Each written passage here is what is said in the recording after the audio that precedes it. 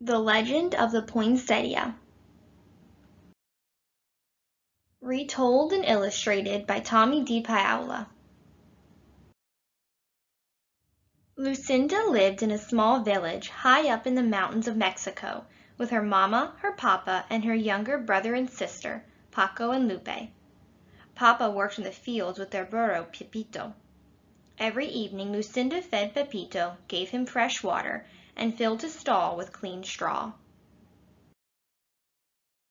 At home, Lucinda helped Mama clean their casita, their little house, and pat out tortillas for their meals. She took care of Paco and Lupe, and each evening they went to the shrine of the Virgin Guadalupe near the front gate to see if fresh candles were needed. But every day was not work. On Sundays, the family went to San Gabriel, in the square where Padre Alvarez said the Mass. And all through the year there were fiestas and holy days, which always began with a procession that wound through the village and ended in San Gabriel. One day, close to Christmas, La Navidad, Padre Alvarez came to their casita. "Ah, Señora Martinez, buenos días, good day," Padre Alvarez said. "I am here to ask you about the blanket which covers the figure of baby Jesus in the Christmas procession. We have used the same one for so many years that it is almost worn out. Because your weaving is so fine, I have come to ask if you would make a new one." "Mi padre," Lucinda's mother said. "I would be honored, and Lucinda will help me." On Saturday, Lucinda and Mama went to the market to buy wool for the blanket. They chose the finest yarn they could find. At home, Lucinda helped Mama dye the wool the colors of the rainbow. "Those colors will shine throughout the church," Papa said, as he watched Lucinda and Mama string the yarn on the loom. As Christmas grew closer, everyone in the village was busy. All the mamas were making gifts to place at the manger of the baby Jesus in the church. The papas worked together putting up the manger scene in San Gabriel. Lucinda and the other children went to the church for singing practice for the Christmas Eve procession, when everyone would walk to San Gabriel singing and carrying candles. Once inside, Padre Alvarez would lay the figure of the baby Jesus in the manger, and the villagers would go up and place their gifts around it. "Our gift will be the blanket for the baby Jesus," Lucinda told her friends. "I am helping Mama weave it."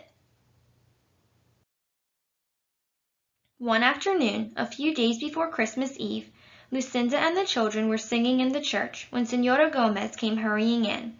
"Lucinda, you must come home. Your Mama is sick, and your Papa has taken her down to the town to see the doctor. You must take care of your brother and sister until your Papa returns tonight." Lucinda was frightened. Mama had never been sick before. When she got home, Paco and Lupe were crying. They were frightened too. Lucinda tried to comfort them. She made some food and sat down to wait for Papa. That evening Papa came in looking tired and worried. He drew Lucinda close and said, "Lucinda, mi niña, your Mama is ill. Your aunt, Tia Carmen, will take care of Mama until she is well, but I must go back and stay with Mama until I can bring her home. But I won't be home until after Christmas. Señora Gomez will take care of you, Paco, and Lupe while I am gone. She will come for you tomorrow." The next afternoon, Lucinda overheard two women talking. "Lucinda's Mama is ill. She won't be able to finish the blanket for the procession. Isn't it a shame?" "See," the other woman said, "we are all so disappointed. Padre Alvarez will have to use the old worn-out one." When Lucinda came home to feed Pepito and get clothes for Paco, Lupe, and herself, she looked at the unfinished blanket on the loom. "Perhaps I can finish it," she thought. But when she sat down and tried to weave, the yarn got tangled. The more she tried to untangle it, the worse it got. It was no use. She could never finish it by herself.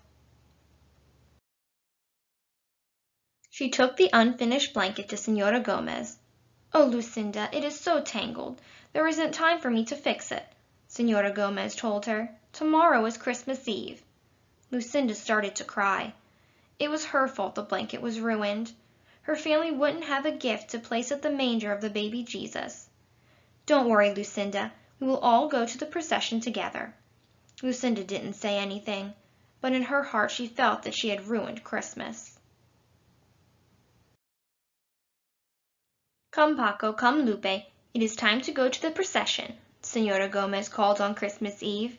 "Where is Lucinda?" She was nowhere to be found. Lucinda was hiding. From the shadows Lucinda watched everyone gather for the procession. The candles were lit, the singing began, and the villagers walked to San Gabriel, carrying gifts to place at the manger. Lucinda walked along in the darkness and watched the procession go into the church, followed by Padre Alvarez carrying the baby Jesus. "Little girl, are you Lucinda?" An old woman stood in the shadows nearby. "Si," Lucinda answered, wondering who she was. "I have a message for you.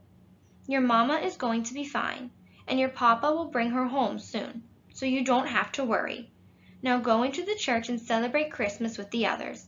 Paco and Lupe are waiting for you." "I can't," Lucinda told her. "I don't have a gift for the baby Jesus. Mama and I were weaving a beautiful blanket, but I couldn't finish it. I tried, but I only tangled it all up." "Ah, Lucinda, any gift is beautiful because it is given," the old woman told her. "Whatever you give the baby Jesus will love because it comes from you." "But what can I give now?"